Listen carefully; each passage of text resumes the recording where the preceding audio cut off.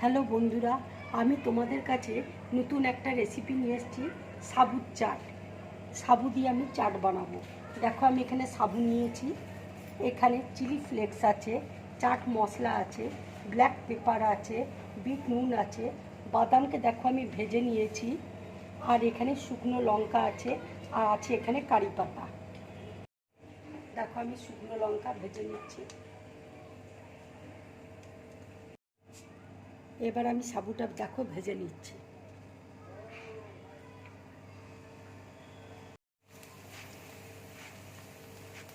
এইভাবে তোমরা সাবু ভেজে নেবে।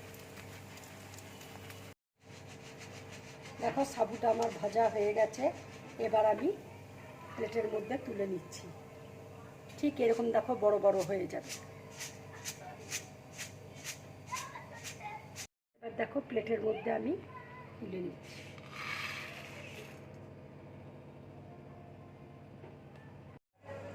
সাবুটা দেখো ভাজা হয়ে গেছে। এবার আমি প্লেটের মধ্যে তুলে নিচ্ছি। এইভাবে তোমরা সাবু ভাজবে। এবার দেখো কারি পাতাটা ভেজে নিচ্ছি। দেখো কারি পাতাটা আমার ভাজা হয়ে গেল। এবার আমি গ্যাসটা অফ করে দিলাম। এবার আমি সাবুর মধ্যে দিয়ে দিচ্ছি কারি পাতাটা।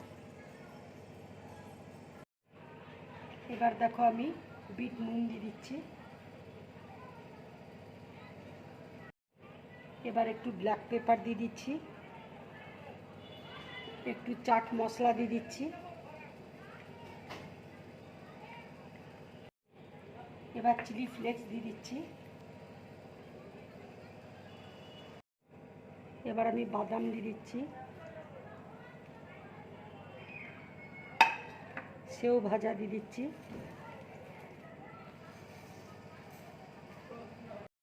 এবার আমি দেখো সব একসাথে মিক্সড করে নিচ্ছি।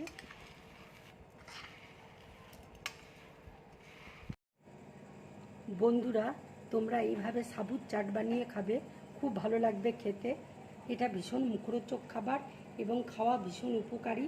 সাবু খাওয়া ভীষণ উপকারী। তোমরা এইভাবে খেও, খুব ভালো লাগবে।